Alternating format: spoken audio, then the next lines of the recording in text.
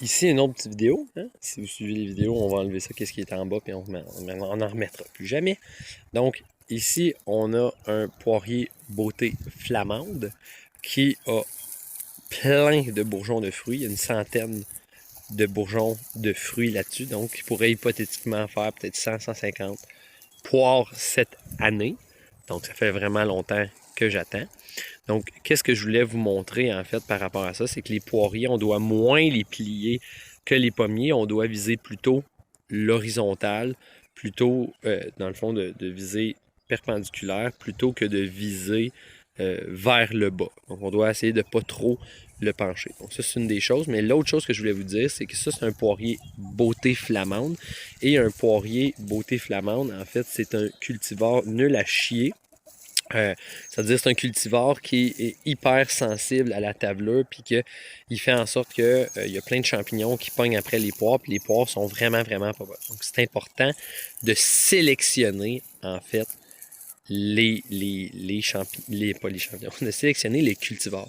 Donc, là, moi, je suis pogné à avoir acheté ça il y a vraiment longtemps, à l'avoir entretenu un peu, puis finalement, à me rendre compte aujourd'hui que ce type de poirier-là, ben, quand il va finir par me donner des poires, après quelques années, les champignons vont rentrer dedans, puis ça va juste me faire des poires qui sont noirs puis durs comme de la roche, ou à peu près. C'est l'expérience que j'ai vue aussi sur Abouti Québec. Cela dit, dans le fond, ce que je vais commencer à faire avec ce poirier-là, c'est, là, il est trop tôt pour le faire, mais je vais commencer à enlever des branches le plus proche de l'arbre possible. Et cette année, je me lance dans le greffage. Donc, on peut toujours partir de cet arbre-là, puis garder quelques branches beauté flamande.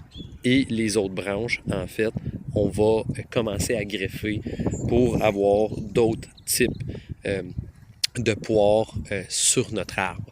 Donc, on peut choisir des poires qui sont des variétés qui sont plus adaptées peut-être à notre climat pour une culture sans pesticides et tout.